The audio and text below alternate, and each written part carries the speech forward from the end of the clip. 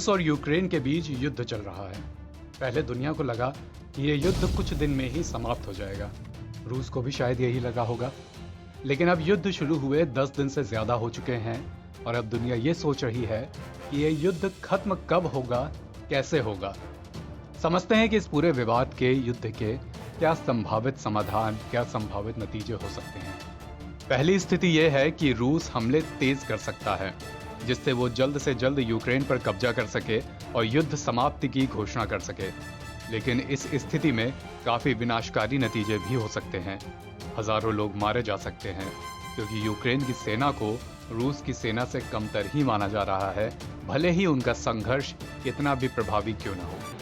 इसके बाद मुमकिन है कि रूस अपने नियंत्रण वाली एक कठपुतली सरकार को यूक्रेन में बिठा दे और उस पर नियंत्रण रखे।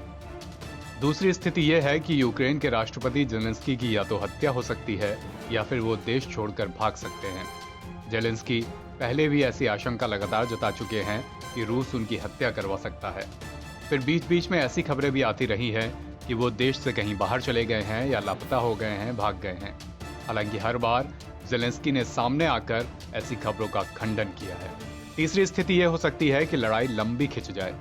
रूस की सेना यूक्रेन में फंस सकती है, सैनिकों का हौसला पस्त हो सकता है और आपूर्ति की समस्या आ सकती है। वहीं दूसरी तरफ यूक्रेन भी इस स्थिति में अफगानिस्तान जैसी स्थिति में फंस सकता है।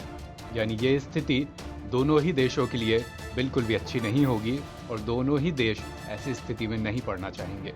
चौथी स्थिति ये है कि दोनों देश यानी रूस और यूक्रेन किसी कूटनीतिक समाधान पर राजी हो जाएं। संयुक्त राष्ट्र संघ के महासचिव एंटोनियो गुटेरेस ने कहा है कि लड़ाई चल रही है, लेकिन बातचीत का रास्ता भी हमेशा खुला है। रूस और यूक्रेन के बीच वार्ता हो भी चुकी है, हालांकि ये बेनतीजा रही थी।